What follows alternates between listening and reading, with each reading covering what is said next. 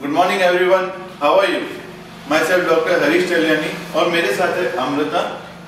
आज हम आप लोगों के साथ शेयर करने वाले हैं iliotibial band syndrome. Iliotibial band जो कि हमारी थाई में होता है और डेंस कनेक्टिव टिश्यू है, जिसकी ओवर यूज करने की वजह से उसमें पेन आ जाता है।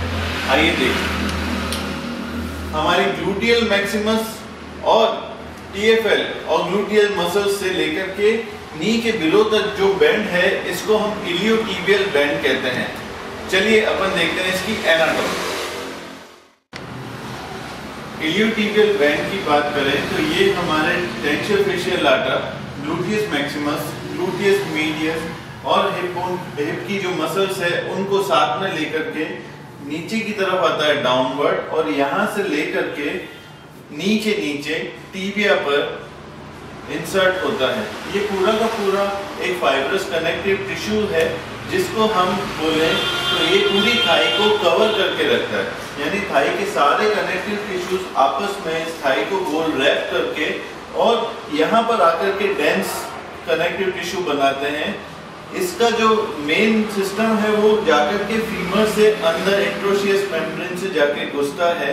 टेंशियल फेशियल लाटा जब भी थाई एंटीरियर और पोस्टीरियर या फ्लेक्शन और एक्सटेंशन में जाती है, तब इसको होल्ड करके रखता है और फीमर को आगे और पीछे जाने से रोकता है। तो जैसा कि मैंने आप लोगों को कहा कि जब हम रनिंग करते हैं या वॉकिंग करते हैं तो इसको फीमर को आगे जाने से पीछे जाने से रोकता है और होल्ड करके रखता है। तो जब मूवमेंट ज्यादा होता है तो मूवमेंट ज्यादा होने पर इस पॉइंट पर सबसे ज्यादा फ्रिक्शन होता है।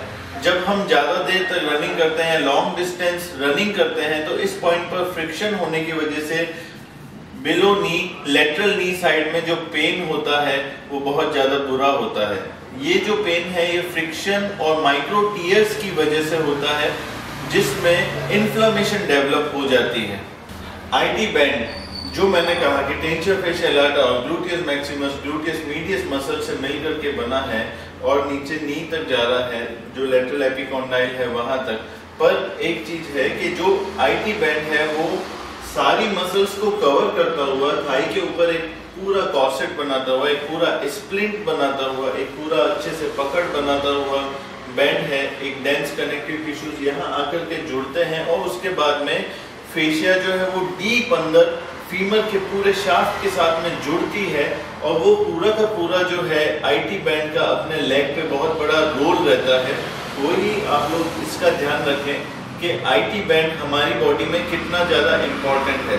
एक नेचुरल कॉर्सेट बना रहा है, दूसरा ये हम लोगों को स्टेबिलिटी दे रहा है, और जो लॉन्ग रनर्स है उनके लिए आईटी बैंड का टाइट होना या इन्फ्लेम्ड होना कितना प्रॉब्लम कर सकता है वो आपको इस वीडियो में देखना चाहिए। आईटी बैंड जहाँ पर नीचे खत्म होता है वहाँ पर एक बर्सा रहता है, डीप बर्सा एयर सैक रहता है, जिसके अंदर में फ्लूइड रहता है।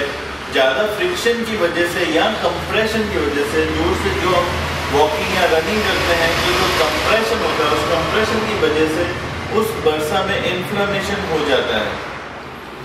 आईटी बैंड जिसका काम हमारे पैर को स्टेबलाइज करना है। जब भी हम स्टांस फेज में होते हैं, अमृता क्या तुम स्टांस फेज में आओगी? ये वाला पैर ऊपर उठाओ। तो आप देख रहे हैं कि जैसे ही हम स्टांस फेज में जाते हैं, यानी कि जब हमारा पैर स्ट्राइक करता है जमीन को, तब हमारे इस आईटी बैंड पर स्ट्रेस पड़ता है, और ये पूरा का पूरा स्ट्रेस इस थाई को जो स्टेबलाइज करने का काम है वो हमारा आईटी बैंड करता है। अब हम बात करेंगे ग्लूटियल मसल्स की वीकनेस की, जो कि बहुत बड़ा कारण होती है हमारे आईटी बैंड सिंड्रोम के लिए। तो मैं चाहूँगा अमृता आप इस तरफ घूम जाइए पूरा। जी बिल्कुल। अब आप देख रहे हैं जैसे ही हम लोग इस पैर को लिफ्ट करते हैं और उस पैर में स्टांस फेज पर आते हैं, और अगर हमारी ग्लूटियल मसल वीक है तो ये हिप ड्रॉप कर जाता है। आप देख रहे हैं जैसे ये हिप ड्रॉप करता है तो इस आईटी बैंड पर बहुत ज़्यादा प्रेशर पड़ जाता है। तो अगर हमारी ग्लूटियल मसल्स वीक है और हम लगातार रनिंग कर रहे हैं और बहुत ज़्यादा बार यहाँ पर स्ट्राइक होगा, तो स्ट्राइक होने की वजह से माइक्रो टीयर्स होंगे और इन्फ्लेमेशन हो जाएगा। तो अगर हमें हमारा आईटी बैंड को सही करना है तो एक कारण रहेगा कि हम हमारी ग्लूटियल मसल्स को स्ट्रेंथन अप करें। जो मैं आपको IT बैंड सिंड्रोम की बात बता रहा हूँ कि जब ये पैर स्टांस फेज में आता है, मतलब एक बार पैर ऊपर उठाएंगे तो जब ये पैर स्टांस फेज में आता है तो इसके ऊपर में स्ट्रेच आ जाता है बिल्कुल। अगर ये ग्लूटियस मसल वीक है तो ये पेल्विस ड्रॉप करता है और इस पर पूरा स्ट्रेस आ जाता है। तो क्या आप लोगों को ये लगता है कि IT बैंड को स्ट्रेच करना सही है कि नहीं? क्योंकि जब भी हम पेल्विस को लिफ्ट करेंगे, जैसे ही हम स्टांस फेज में आएंगे और ये स्ट्रेच होगा, तो क्या आप लोगों को लगता है कि IT बैंड को स्ट्रेच करना उसका सही ट्रीटमेंट है? मुझे लगता है कि ये बात सही है। IT बैंड को स्ट्रेच करने के लिए हमें थोड़ा सा डीप जाना पड़ेगा। IT बैंड को टोटली स्ट्रेच करने के लिए हमको एनाटॉमी ट्रेंड्स की तरफ जाना पड़ेगा।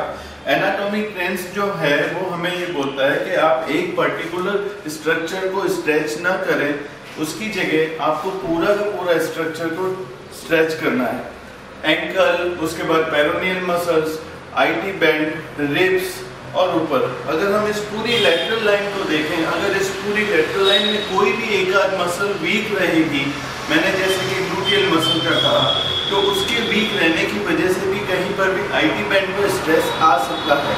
तो हमको उस पूरे स्ट्रक्चर को एक साथ में स्ट्रेच करना पड़ेगा। चलिए देखते हैं कि हमें स्ट्रेच कैसे करना है।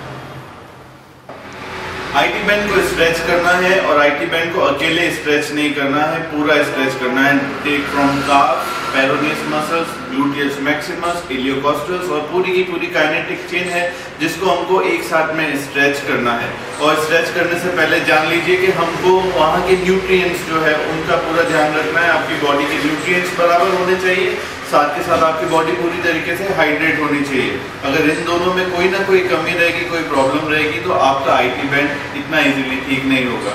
चलिए देखते हैं कि हमें स्ट्रेचिंग कैसे करनी है। तो जैसा हमको IT बैंड को स्ट्रेच करना है, पूरा काइनेटिक चेन, लेटरल चेन जो है उसको हमको पूरा का पूरा स्ट्रेच करना है, तो उसके लिए आपको चाहिए सिंपली एक फिजियो बॉल, एक मैट। आपको उस पर साइड लाइन में लेटना है और आपका लोअर लिम्ब जो है उसको हवा में उठा लेना है।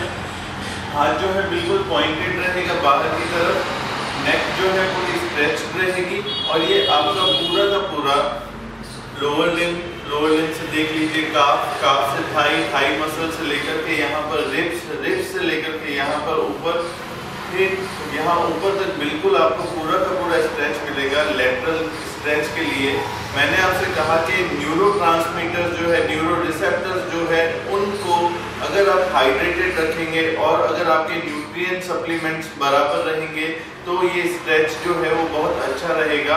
जो फेशिया होती है उसके जो रिसेप्टर्स होते हैं वो बहुत ज़्यादा फास्ट होते हैं नर्व से, तो अगर आप फेशिया को स्ट्रेच करना चाहते हैं तो आपके न्यूट्रिएंट्स और अपने हाइड्रेशन का पूरा ध्यान रखें। ये लेटरल लाइन को स्ट्रेच करने का तरीका है। अब हम मायोफेशियल रिलीज की बात करेंगे, उसके लिए हमें एक रोलर की जरूरत पड़ेगी। चलिए देखते हैं।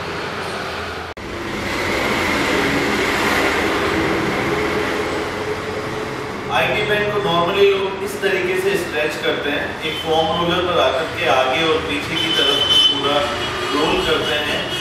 ये तरीका मायोफेशियल रिलीज के लिए सही नहीं है। जी हाँ, ये तरीका मायोफेशियल रिलीज के लिए सही नहीं है। आपको क्या करना है, सिंपली जिस जगह पर भी पेन है उस जगह पर आ करके या फिर अपर पोर्शन पर आ करके और आपको सिंपली एंटीरियर और पोस्टीरियर टिल्ट होना है। बहुत ही हल्के से आपको एंटीरियर और पोस्टीरियर टिल्ट होना है।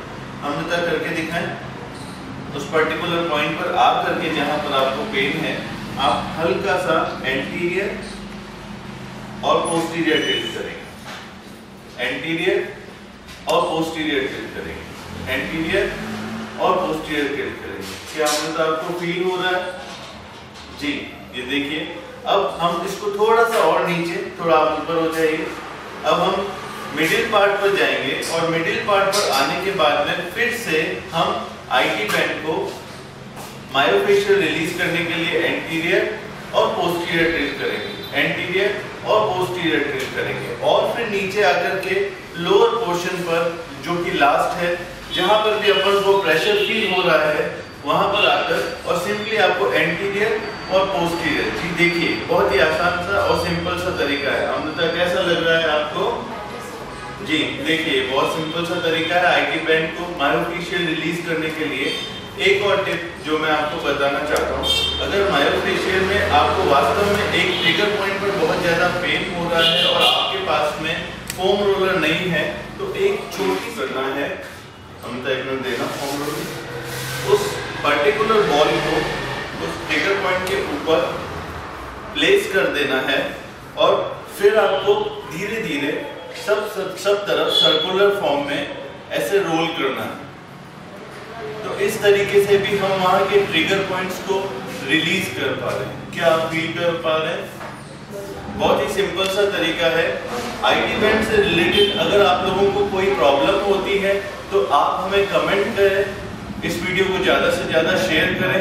अगर आप लॉन्ग टाइम रनर है और आपको आईटी बैंड से रिलेटेड कोई प्रॉब्लम है तो आप हमें बताएं, हम कोशिश करेंगे ज़्यादा से ज़्यादा इस प्रॉब्लम को सॉल्व करने के लिए। हमारे वीडियो में लास्ट तक बने रहने के लिए आपका बहुत बहुत धन्यवाद। Thank you.